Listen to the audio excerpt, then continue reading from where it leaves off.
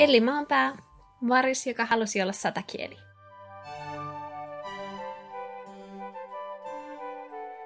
Tämä kirja on omistettu kaikenkarvaisille kavereille. Varis, joka halusi olla satakieli. Kuvittanut ja kirjoittanut Elli Maanpää. Kustantanut minikustannus.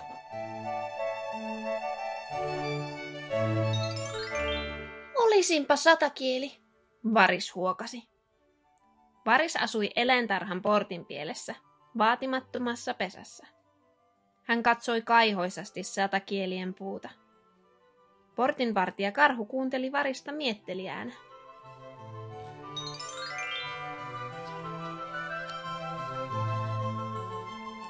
Satakielien puu oli hulppea. Heidän kodistaan löytyi maailmanpyörä, elokuvateatteri ja hattarakone. Se oli varmasti eläintarhan komein asunto.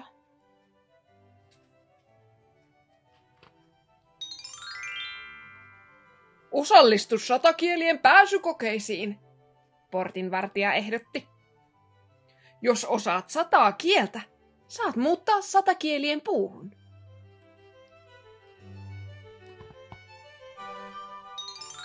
Varis epäröi. En minä osaa edes omaani kunnolla.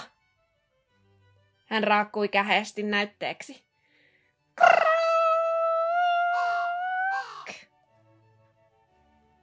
Ääni ei hivellyt korvia. Vaikkei osaa, voi opetella, portinvartija totesi.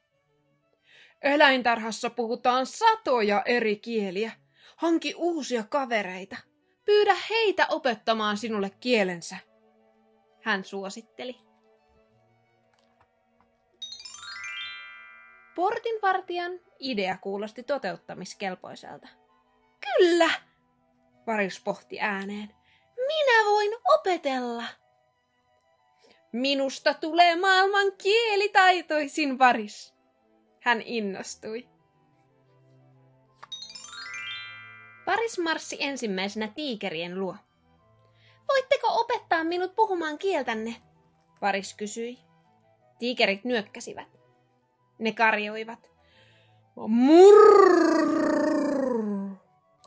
Varis jyrisi perässä.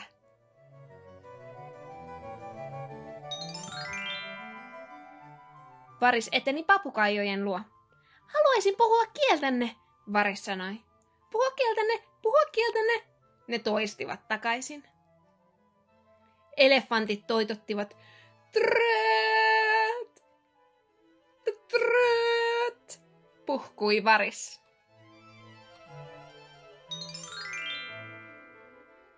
Lammikon pintaan muodostui väreitä.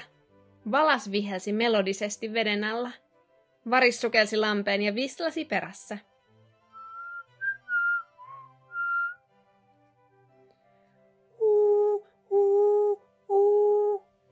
Huuhkaja huhuili. Huuteli varis. Bzzz. Mehiläiset surisivat. Bzzz. Äänteli varis. Mäyrä tuhisi unissaan. Kroo, pyyh. Kroo, pyyh. Varis puhisi unissaan.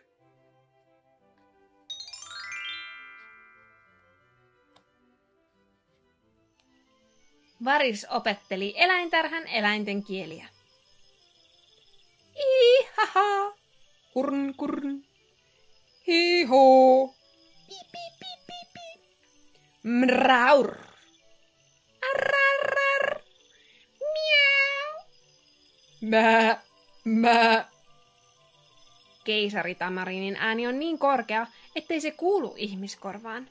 Squeak! Krots, krots. Wah, wah. Tikka rummuttaa. Wah, wah, wah. Ja monta muuta. Kunnes oli aika astella satakielien puun pääsykokeisiin.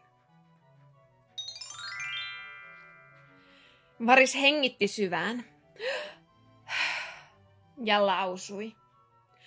Olen valmis ottamaan osaa satakielien pääsykokeisiin. Satakielet kurkkivat kiinnostuneina puun latvasta. Kirjuri Satakieli harppasi Variksen viereen.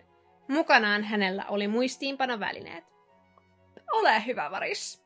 Voit aloittaa. Jos osaat 100 kieltä, saat muuttaa meidän puuhumme, kirjuri myönsi. Varis visersi, karjui, tömisteli ja ilmaisi. Kirjuri piti kirjaa kielien määrästä.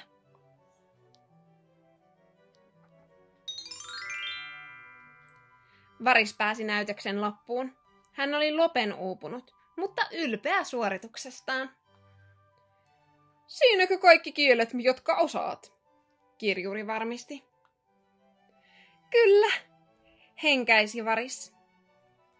Kirjuri katsoi muistiinpanojaan.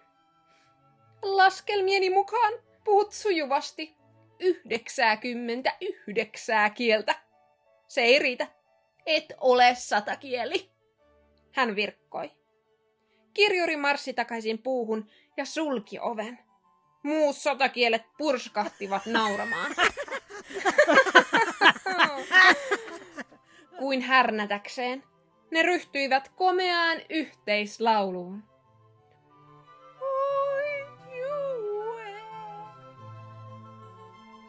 Sitä Varis ei ollut opetellut.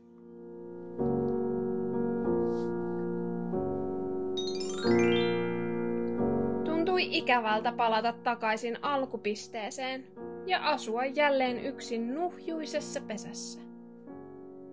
Portinvartija Karhu koputti Varista olkapäähän. Mykset muuttaisi kaikenkarvaisten kaverien puuhun, portinvartija tiedusteli. Siellä kaivataan tulkkia, joka osaa eri kieliä. Kaikenkarvaisten kaverien puusta ei löytynyt maailmanpyörää, elokuvateatteria eikä hattarakonetta. Mutta se oli täynnä kavereita, joiden kanssa jutella 99 kielellä. Kaikenkarvaisten kaverien puu taisi sittenkin olla eläintarhan komein asunto. Tai ainakin hauskin. Sen pituinen se. Jos haluat oman kappaleen, löydät kirjan muun muassa minikustannuksen omasta verkkokaupasta. Kirja on myös lainattavissa kirjastoista. Kiitos!